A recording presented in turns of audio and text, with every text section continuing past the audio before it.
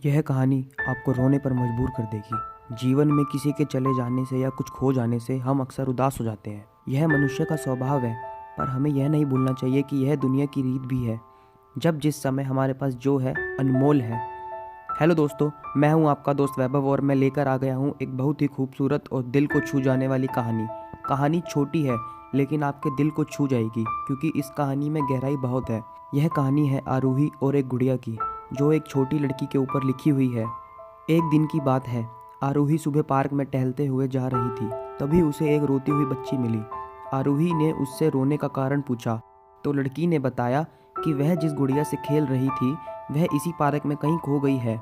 आरूही ने उस बच्ची को उसकी गुड़िया ढूंढ लाने का आश्वासन दिया, जिससे वह बच्ची चुप हो गई।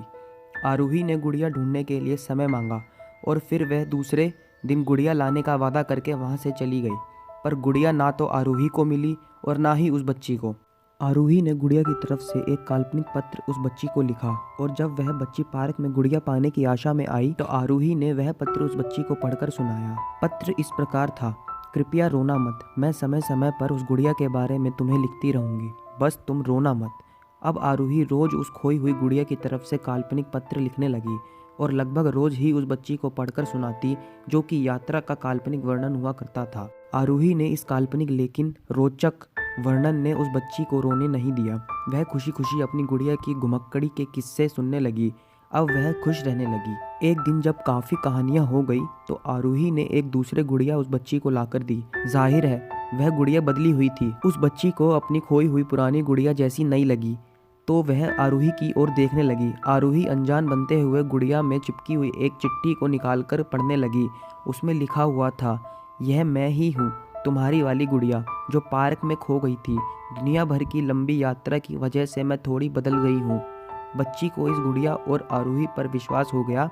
वह गुड़िया लेकर घर चली गई। वर्षों बाद जब वह बच्ची बड़ी हो गई तो एक दिन वह अपनी अलमारी में कुछ ढूंढ रही थी, तो उसका ध्यान उसी गुड़िया पर गया जो आरूही ने उसे दी थी।